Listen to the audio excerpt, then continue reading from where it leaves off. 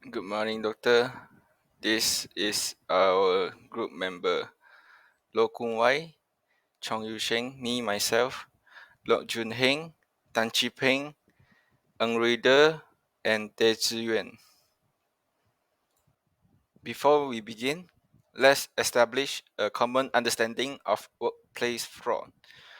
Workplace fraud refers to any deliberate action of deception, dishonesty, or misconduct carried out by an employee or group of employees within an organization.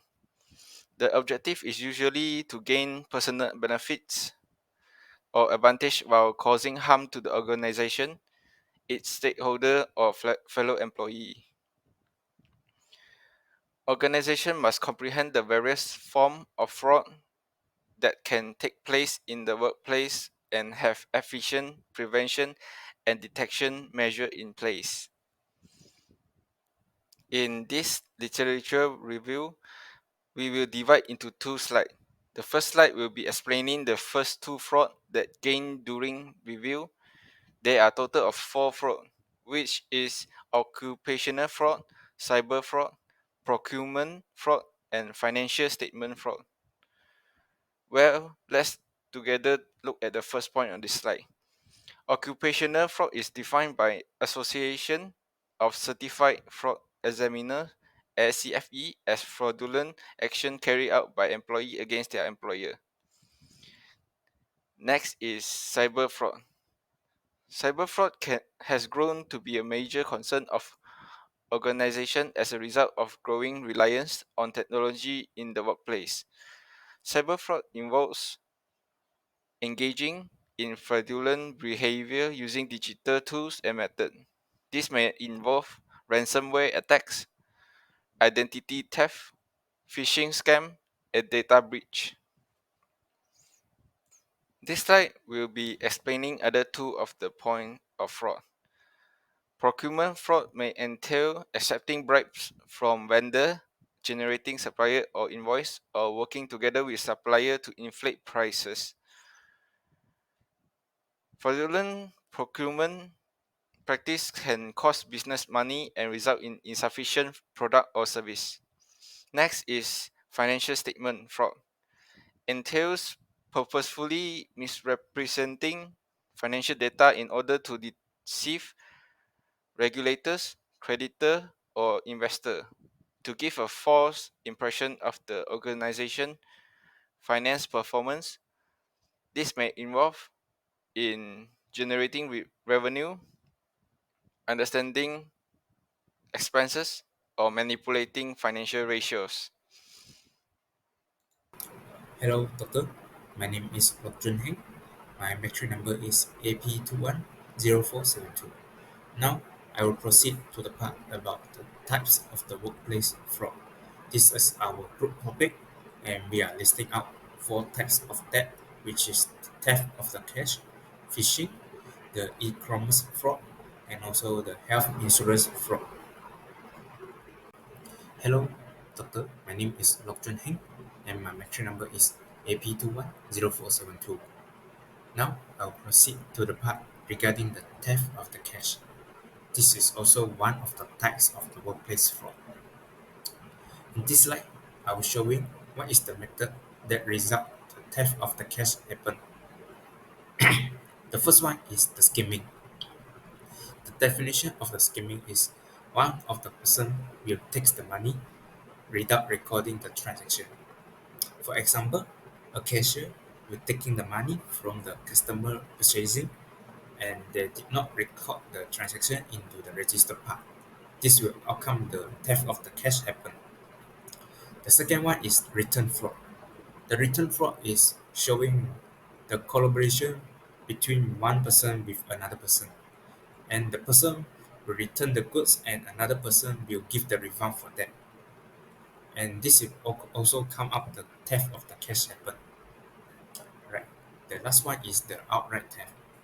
The outright theft is showing one of the person will taking the cash from a register or a safety location, and they will manipulate the record to conceal that theft. And I think this also become a theft of the cash happen. That's all my part. Thank you. Hello everyone, my name is Unreader. My metric number is AP210462. Now I will present about phishing. Phishing is the internet pirates use a new type of internet piracy such as email, links, and website to steal the personal financial information, pronounce them with phishing, and that means the thief are doing phishing for your personal financial information. What they want are account numbers, passwords, identity card numbers, and other confidential information they can use to rob your checking account or add to your credit card bills. For how the phishing works, typically you will receive an email from a company that you recognize and do business with it, such as your financial institution. They also may make a fake email as government agency or the federal regulator or financial institution. They may make a fake email to alert you click the link in the email to give them your personal private information. When you give them the information, you have become a victim. The way that you can avoid the phishing is never give other person your personal information, whatever by telephone or on the internet. Now I will present about e-commerce fraud. E-commerce fraud is a subset of online fraud that specifically target e-commerce platform. For the example, e-commerce fraud is a cyber criminals using the credit card information that's stolen by them to make the purchase on the e-commerce store. When a cyber criminal purchase on the e-commerce business, that cost will take by the e-commerce business. The person provide the online business needs to understand the e-commerce fraud becoming increasingly sophisticated in today. Over time, cyber criminals have gotten smarter and utilized more advanced methods. Online fraud is also common because it is easy compared to traditional fraud. They don't have high risk to getting caught because they can do online fraud at home by using the computer or even a smartphone and an internet connection. Because of the easy of access, many novice criminals tend to make e-commerce fraud as their first crime. Hello everyone, my name is Rokun White. Metric number is AP210099. Now I would like to present the health insurance fraud. Health insurance fraud refers to the intentional deception or manipulation of the healthcare system for financial gain. Health insurance fraud can take various forms and can occur in different stages of the healthcare process.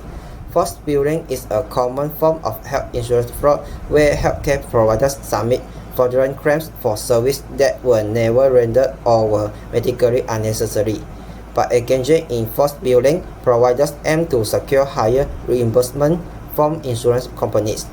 Furthermore, fraudsters may steal the personal information of insured individuals and use it to submit fraudulent claims, obtain medical service, or purchase prescription drugs without the victim's knowledge or consent. In summary, by implementing stringent monitoring systems, promoting public awareness, and enforcing strict legal consequences, stakeholders can collectively combat health insurance fraud. Selamat sejahtera Doktor. My name is Tan Chi Peng. My metric number is AP210372. Now I would like to present about the method to prevent workplace fraud. In the first one is the implementing fraud detection and reporting mechanism. In the secondly, establishing a strong ethical culture. In the thirdly, provide regular anti-fraud training. In the lastly, foster a positive work environment. Next.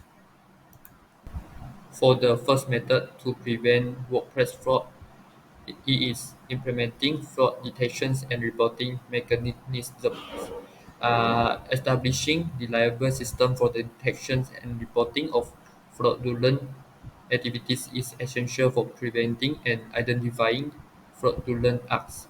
Make it possible for their workers to report any suspicions of instance of fraud in complete anonymity and without fear of retaliations using a variety of different channels.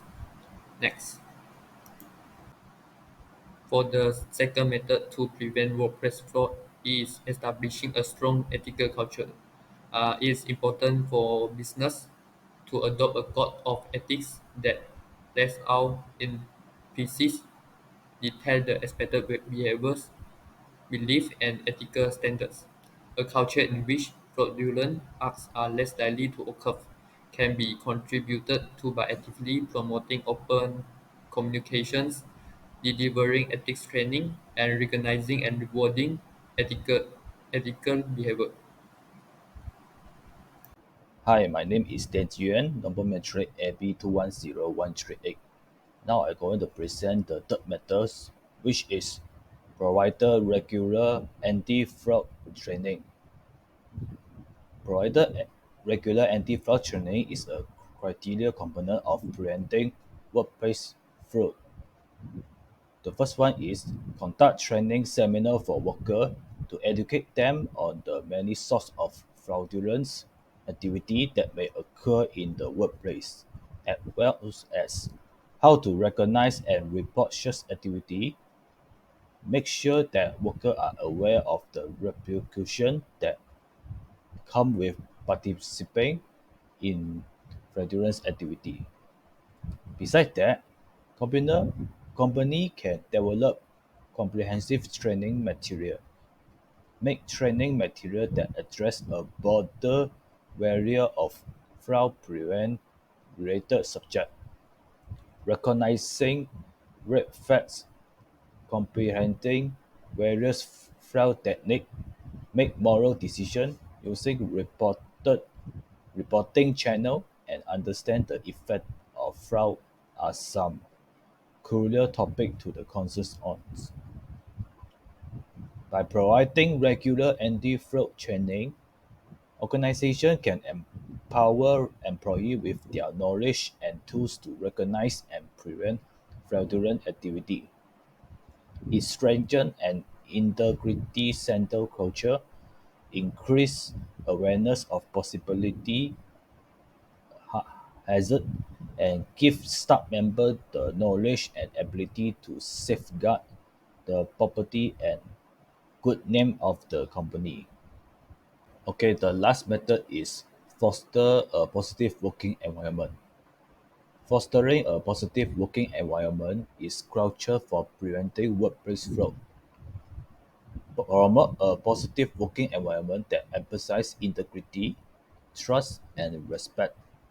Employees who feel appreciated and fulfilled are less prone to commit fraud.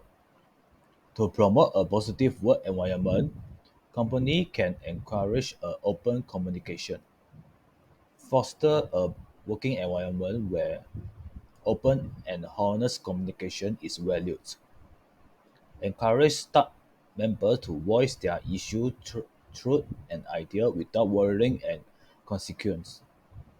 Employees are more likely to report suspicious activity and unethical conduct that might result in fraud when they feel safe speaking out.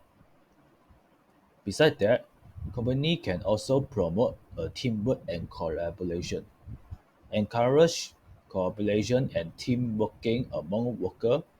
People will become aware of their shared duty when they cooperate to achieve common objectives.